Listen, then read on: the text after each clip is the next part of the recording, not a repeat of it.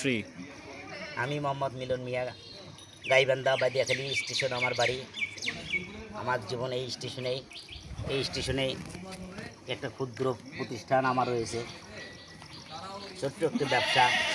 সেই ব্যবসাটায় চালিয়ে আমি জীবনযাপন করি।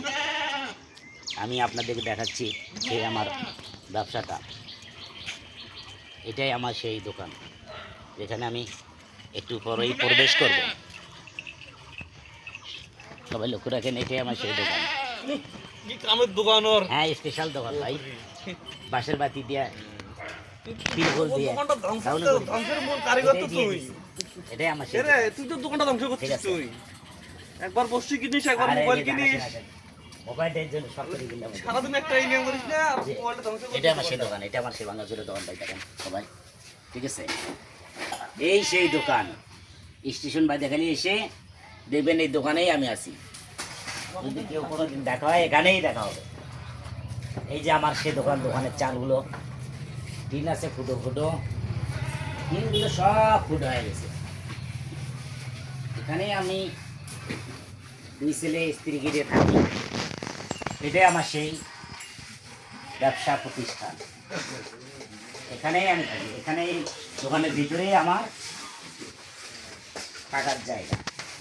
এই যে আমার দোকানে খাট, এখানেই আমি এখানেই ঘুমাই সবাই। এই আমার জীবন বৃত্তান্ত, বাড়ি ঘর ব্যবসা সব এখন আমার এখানে।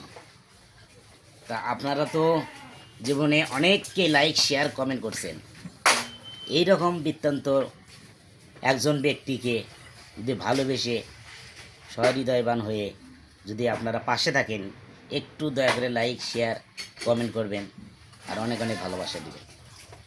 অনেককেই দিয়েছেন, এই হতভাগায় না একটু দিবেন।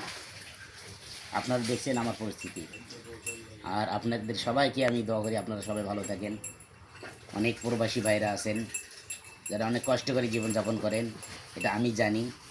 তারপরও যাদের মধ্যে অনেক আগেই আছে অনেক সমর্থন ভাই, তারা অনেকেই ভালোবেসে আমাকে একটু সহযোগিতা করবেন।